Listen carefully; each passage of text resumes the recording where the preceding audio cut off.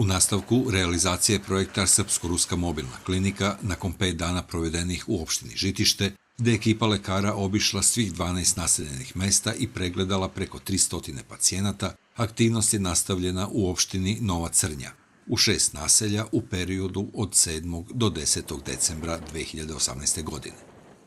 U selu Radojevo, nadomak srpsko-rumunske granice, gde ima oko 540 domaćinstava i oko 1100 stanovnika, već od ranih jutarnjih sati stvorila se velika gužva.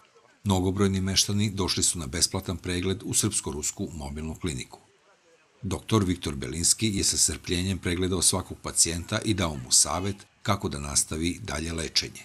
Pacijenti nisu krili zadovoljstvo pruženom uslugom, ali su istakli da bi ovakve akcije trebale biti i češće. Pa ja sam zadovoljan, ovi pregledi bi trebalo da budu češći, pošto dosta ima ovih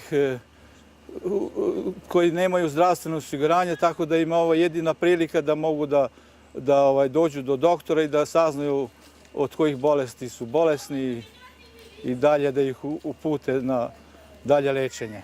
Bila sam na pregledu za srce i pritisak i čula sam neke stvari o svom zdravlju i treba da idem dalje, znači dalje kod nekih drugih doktora, da se otkrije šta je u pitanju. Stevan Milošev iza sebe ima 30 godina radnog staža ostvarenog u društvenoj i delom u privatnoj firmi, ali duži vremenski period nema zaposlenje, kao ni zdravstveno osiguranje. Što se tiče ovog pregleda, zadovoljan sam zato što može izlaze nam u susret, eto da ne moramo da plaćamo preglede i primaju nas bez zdravstvenog osiguranja i knjižice i svega. I Nada Kapetanov, učiteljica koja je već 18 godina u penziji, iskoristila je priliku da obavi lekarski pregled. Dok sam radila, bila sam zdrava, ništa mi nije bilo. Kad sam otišla u penziju, bolest po bolest se ređala.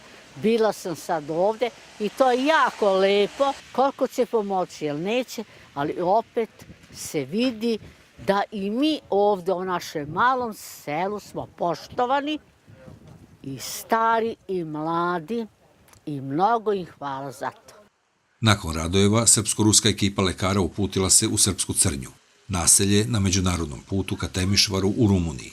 Srpska Crnja ima oko 1500 domaćinstava i oko 3500 stanovnika. Naselje je poznato po srpskom slikaru i pesniku Đuri Jakšiću, a njegova rodna kuća je danas muzej. Ispred mesne zajednice po pristizanju Srpsko-ruske pokretne klinike okupio se veliki broj pacijenata koji su strpljivo čekali u redu za pregled. I ovde je sa velikim strpljenjem i pažnjom saslušan svaki pacijent. Meren je pritisak, EKG, kao i kontrola šećera u krvi. Ništa. Sad me ne bole, ponekad bole kad do nogu. Сейчас нет, но иногда... Иногда болит. Veoma sam zadovoljna. Stvarno je lekar na svome mestu, s obzirom u današnje vrijeme kako su svi pregledi skupi i sve se svodi na privatno. Po rečima doktorice Danice Vučurević-Đukin, direktorke Doma zdravlja u Srpskoj Crnji, mnogim meštanima je ovo bila izuzetna prilika da se besplatno pregledaju, jer kao poljoprivrednici nemaju zdravstveno osiguranje, a usluge Doma zdravlja mnogima su preskupe. Ljudi koji imaju malo zemlje, staračka domaćinstva, ako su deca otišla, nemaju zdravstveno osiguranje, zdravstvena zaštita im je onda uskraćena dok ne izmire svoje troškove prema socijalnom osiguranju i zahvaljujući ovoj ruskoj humanitarnoj misiji dobili smo lekara vrlo stručnog, mladog, vrlo sposobnog, znači specijaliste, anestezijologa, internistu, kardiologa koji pregleda pacijente. Pacijenti su vrlo zadovoljni, vidim, u svim selima je bio odličan odziv. Projekat Srpsko-ruska mobilna klinika od utorka 11. decembra nastavlja se u opštini Sečanj, u 11 naseljenih mesta i završava se u petak 14. decembra u naselju Sečanj.